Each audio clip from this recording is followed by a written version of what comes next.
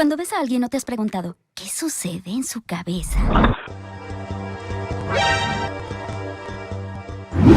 This is cancer. Pero esto es biología del cáncer.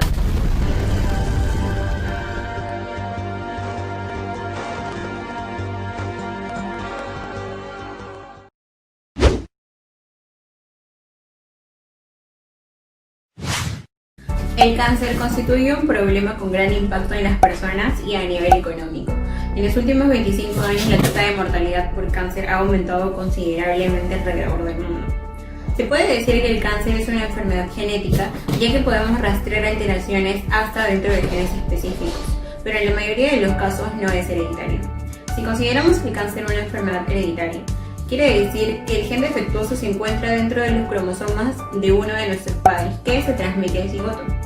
En las alteraciones genéticas, que son las que producen en su mayoría los cánceres, se da por alteraciones en el ADN de una célula somática, que afecta la vida del individuo. No podemos definir el cáncer como una sola enfermedad, sino como un conjunto de enfermedades que se caracterizan por la acumulación de mutaciones dentro del genoma de la célula, lo que conlleva diferentes alteraciones a nivel molecular, celular, tisular y sistémico de la célula, lo que nos da la muerte del paciente. Dos científicos llamados Hanahan y Weber describieron lo que son los hallmarks o también rasgos del cáncer, que son las capacidades propias de las células cancerosas que va adquiriendo durante las manifestaciones clínicas del cáncer. Existen 6 rasgos. El primero es la señalización proliferativa, el segundo es la evasión de supresión de crecimiento, el tercero es la resistencia a la muerte celular, el cuarto, la activación a la invasión y metastasis, el 5, que es la inducción a la angiogénesis, y finalmente el punto número 6, lo que es la inmortalidad replicativa. Ahora tenemos las vías de señalización. En el caso del cáncer, como se ha mencionado, las principales vías que se encuentran alteradas en las células cancerosas y que se les ha determinado como los rasgos característicos del cáncer son: el primero es la inestabilidad genética. Actualmente se acepta que el cáncer es el resultado de la acumulación de mutaciones en los genes que controlan directamente la proliferación y o muerte celular. Las alteraciones genéticas inciden no solo en la distribución del gen, sino también en gran porcentaje en su función, afectando principalmente los mecanismos naturales de las células relacionadas a su ciclo celular, apoptosis, proliferación y en determinados casos a la angiogénesis. El segundo es la apoptosis y ciclo celular. La apoptosis tiene como función primordial programar la muerte celular. Existe evidencia de que juega un papel importante en la etiología de enfermedades autoinmunes y degenerativas, y se le ha relacionado particularmente con el cáncer y el Alzheimer. Ahora veamos las fases del ciclo celular. En la fase G0, las células permanecen sin dividirse. En la fase G1, las células producen ARN y proteínas. En la fase S se replica el ADN. En la fase G2, el núcleo se organiza para la división celular que se produce en la fase M o de mitosis. Mientras esto ocurre, existen puntos de chequeo, bien conocidos como checkpoints, en los que se lleva a cabo una vigilancia al proceso. Se han descrito 3 de estos puntos. El primero es el punto G1. Aquí la célula va a comenzar la síntesis de ADN. También va a verificar si las condiciones ambientales son apropiadas y si ha alcanzado el tamaño adecuado para entrar en división. En la fase G2, la célula detiene la progresión en el ciclo y la replicación está incompleta o si el ADN está dañado. En el tercer punto de chequeo, aquí se encuentra en la transición de metafase a anafase. Aquí se verifica el acoplamiento del cromosoma al uso en la placa metafásica. Finalmente tenemos la proliferación, angiogénesis y metástasis.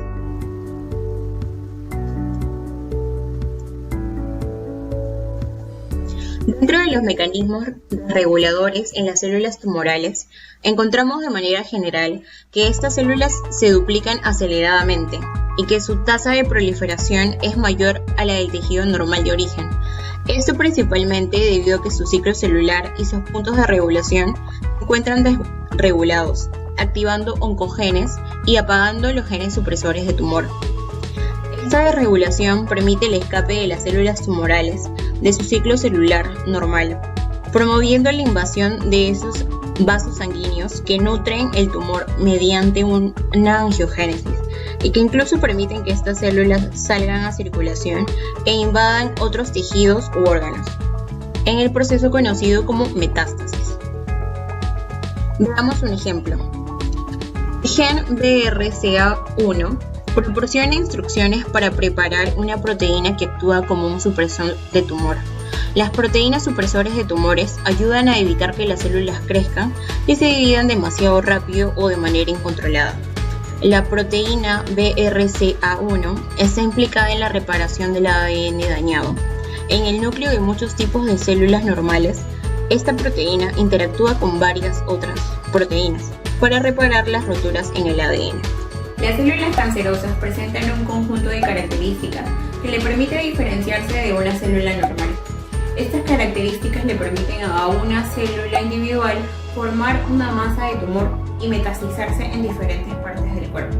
Sin duda, las células normales tienen que atravesar un sinnúmero de cambios para adquirir los rasgos de una célula cancerosa. Uno de estos rasgos es la habilidad de crecer y dividirse sin necesidad de la presencia de señales correctas o en la presencia de señales inhibitorias. Acompáñenme a ver otros cambios físicos en la célula. El primer cambio es cambios en el citoesqueleto. Estos cambios pueden alterar la manera en la que las células se relacionan con sus vecinos, así como los movimientos de las mismas. Además, los cambios en el citoesqueleto también pueden alterar la adhesión celular y sus movimientos. El segundo cambio es la adhesión o movilidad. Las células cancerosas no muestran inhibición por contacto, lo que les permite crecer en presencia de otras células. Además, esta alteración puede hacer que las células se vean afectadas en el movimiento. Cambios nucleares. La forma y la organización de las células cancerosas puede ser muy diferente a las de las células normales. Este cambio puede ser útil para el diagnóstico de las células cancerosas en los pacientes, asimismo la determinación para los tumores. Y finalmente tenemos la producción de enzimas. Las células cancerosas pueden producir enzimas que les permite invadir a los tejidos vecinos. Esta producción de enzimas digiere las barreras de migración y la propagación de células cancerosas. Un tumor, según el Instituto Nacional del Cáncer, es el aumento anormal en el cuerpo de las células adicionales. Las células de nuestro cuerpo se dividen para formar nuevas células y las células envejecidas van muriendo para dar pase a estas nuevas células. Hay que tener en cuenta que este proceso no siempre se realiza de manera correcta. A veces las células de nuestro cuerpo producen células que no son requeridas en el momento, o las células envejecidas no mueren. Estas células se les conocen como células adicionales, que van a formar una masa, y esta masa es lo que vendría a ser el tumor, que puede ser benigno, ya que no genera cáncer, pero si es maligno, puede generar algún tipo de cáncer. Entonces, la diferencia entre un tumor y el cáncer es que el tumor es la masa formada por las células adicionales y el cáncer es la enfermedad. Bueno, ahora vamos a hablar sobre los cambios moleculares producidos por las mutaciones. El primer punto que tocaremos es la insensibilidad de las señales de inhibición de crecimiento. ¿Qué quiere decir esto? Bueno, imagínate una célula sana. Esta célula sana va a seguir creciendo y creciendo hasta un punto que va a chocar contra sus células amigas. A esto se le conoce como inhibición de contacto, ya que aquí ella va a detener su proliferación, a diferencia de las células cancerosas o las células mutantes, que estas van a seguir y seguir reproduciéndose, ya que tienen un factor de proliferación ilimitado, y esto va a ser perjudicial para las células contiguas. Recordemos que los factores inhibidores del crecimiento es el factor de transformación de crecimiento beta y los inhibidores de quinasas dependientes de ciclinas. El siguiente punto que hablaremos es la evasión de la apoptosis, ya que estas células son resistentes a la muerte celular programada, debido a consecuencia de la inactivación de la P53, la cual es una proteína que se le conoce como el guardián del genoma. ya que estas se van a encargar de la parada del ciclo celular para prevenir la replicación de un ADN dañado y posteriormente producir la apoptosis de esta célula. El tercer punto que hablaremos es que ellas van a estimular la formación de angiogénesis, ya que estas células tumorales se van a proliferar y para ello van a necesitar suministros para poder sobrevivir, tanto el oxígeno como los nutrientes, así que ellas van a recurrir a la angiogénesis, que es la formación de vasos sanguíneos a partir de otros preexistentes, por medio de la segregación de los factores como los factores de crecimiento de fibroblastos, la interleucina 8, los factores de crecimiento vascular endotelial. El cuarto punto que hablaremos es sobre los defectos en la reparación del ADN, ya que debido al daño causado por los carcinógenos o la proliferación celular incontrolada, pueden llegar a producir un desequilibrio o una inestabilidad genómica, los cuales son mutaciones en los protooncogenes o en los genes supresores tumorales. Bueno, ahora vamos a hablar sobre los tipos de genes de cáncer. Existen dos tipos de genes de cáncer, los oncogenes y los genes supresores de cáncer. Estos se van a encargar de afectar en la división y en la muerte celular mediante diversos mecanismos mucho más complejos. Ahora vamos a comenzar hablando sobre los protooncogenes. Estos se van a encargar de controlar el crecimiento y la división celular de células normales. Estos genes se van a encargar de modificar, de codificar, mejor dicho, los factores de crecimiento, los receptores de factores de crecimiento, la regulación de apoptosis, la regulación del ciclo celular, los factores de transcripción y las proteínas de traducción de señales. Bueno, aquí los protooncogenes se van a convertir en oncogenes, pero por diversas mutaciones que van a ocurrir en el ADN, que van a causar una ganancia en la función.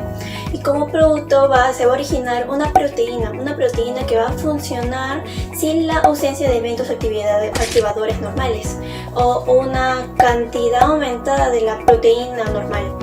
Esta oncogénesis debemos saber de que va a tener un efecto positivo en la formación tumoral.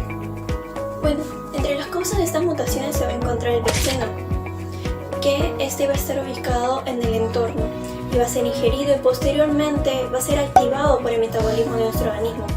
También encontramos los agentes quimioterapéuticos, que estos se van a encargar no solamente de eliminar las células proliferativas del cáncer, sino que con ello también acabe la posibilidad de que existan nuevos tumores que produzcan nuevas mutaciones mientras se van eliminando las anteriores.